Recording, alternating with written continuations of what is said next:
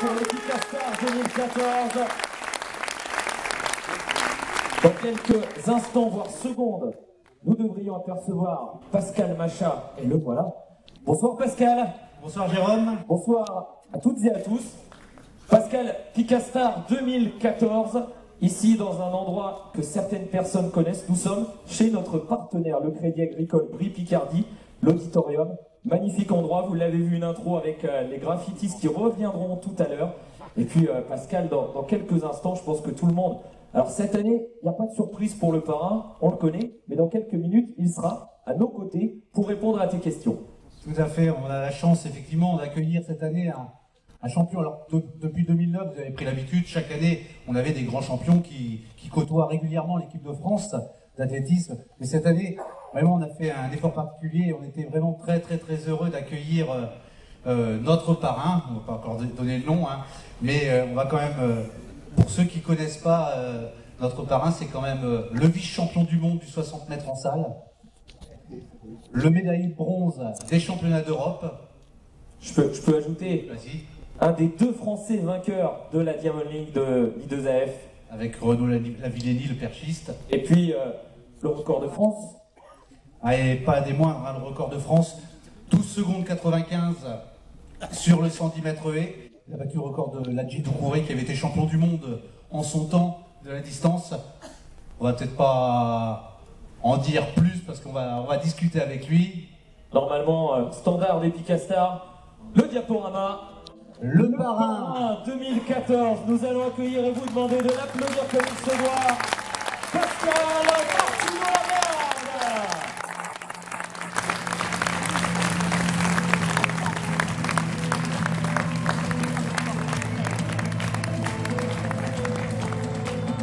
Tonnerre d'applaudissements encore plus fort parce que franchement c'est un grand monsieur de l'athlétisme français. Voilà Pascal, depuis le temps que tu me disais Jérôme, je vais être parrain d'Epicastar, ça y est. Ouais. Alors entre temps j'ai juste changé de coupe de cheveux, mais sinon je suis très fier d'être ici et bonsoir à tous. Puis je vais peut-être te laisser le micro parce que la répartition des tâches pour l'Epicastar c'est très simple, les interviews c'est pour Pascal.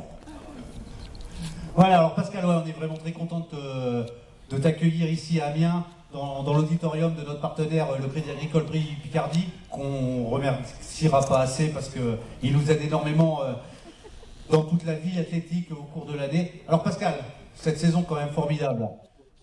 Franchement, le record de France. Ouais, alors là, quand je me suis lancé dans la saison 2014, forcément, j'avais en tête des déceptions de 2013 et 2012 où je m'étais pas qualifié, où j'avais pas fait des bonnes choses. Sur 110 mètres haies, je me suis dit cette année c'est la mienne, il faut que je me réveille et je m'étais fixé 3 objectifs, j'en ai réussi 2.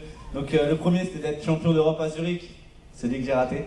Mais je me suis bien consolé parce qu'au final j'ai eu le record de France, j'ai cassé la barrière des 13 secondes sur 110 mètres haies et j'ai gagné la Diamond League. Il y a 3 Français, si je dis pas de bêtises, qui ont réussi à la gagner. C'est Teddy Tango en 2012.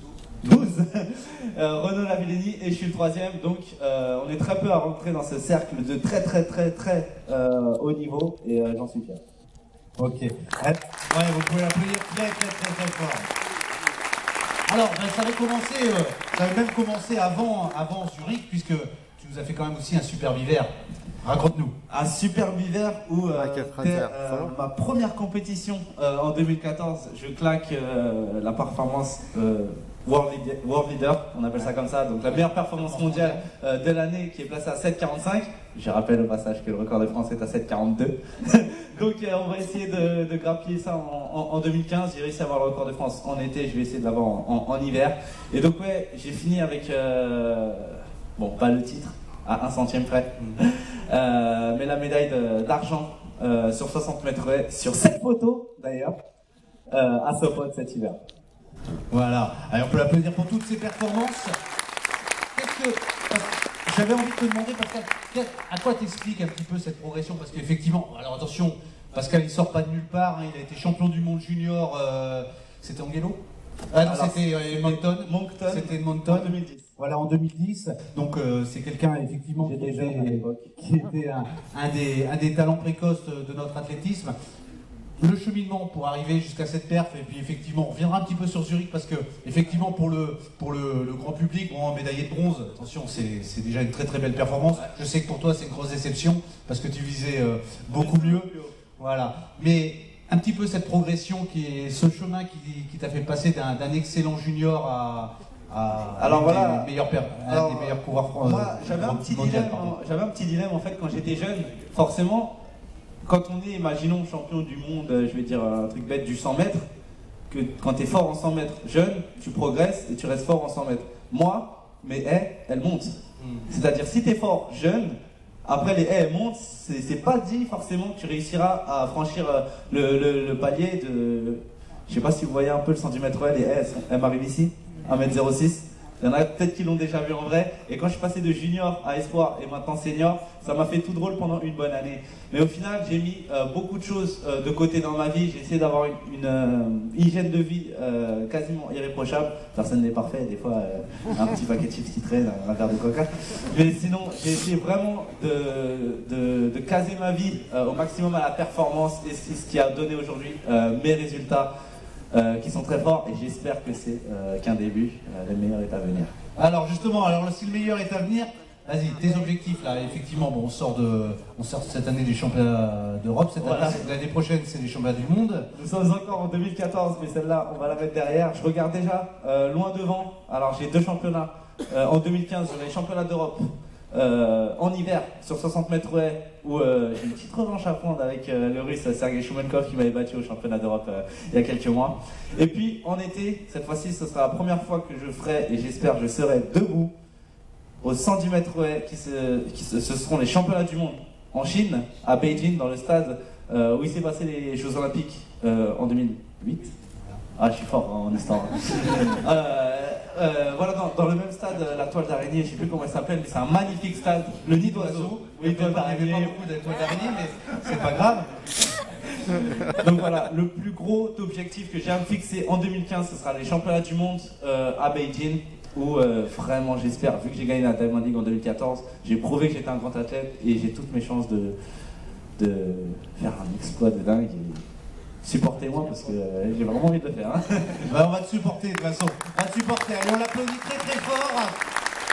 Pascal Martino-Lagarde, vice-champion du monde du 60 mètres et 3e des championnats d'Europe à Zurich cet été. Allez, encore plus fort.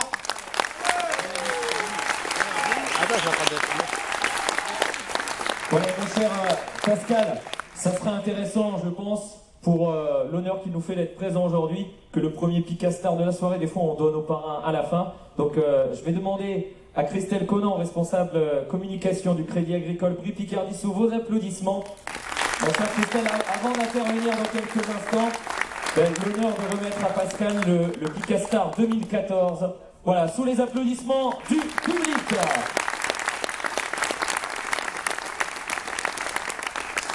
On retrouvera Pascal au fur et à mesure de la soirée, puisqu'il va remettre des Picastars. On le retrouvera aussi tout à l'heure. Il donnera les conseils à tous les jeunes athlètes Picard en devenir, hein, et on espère qu'on va en retrouver beaucoup au même niveau que Pascal dans les années futures. Il nous donnera quelques petits conseils.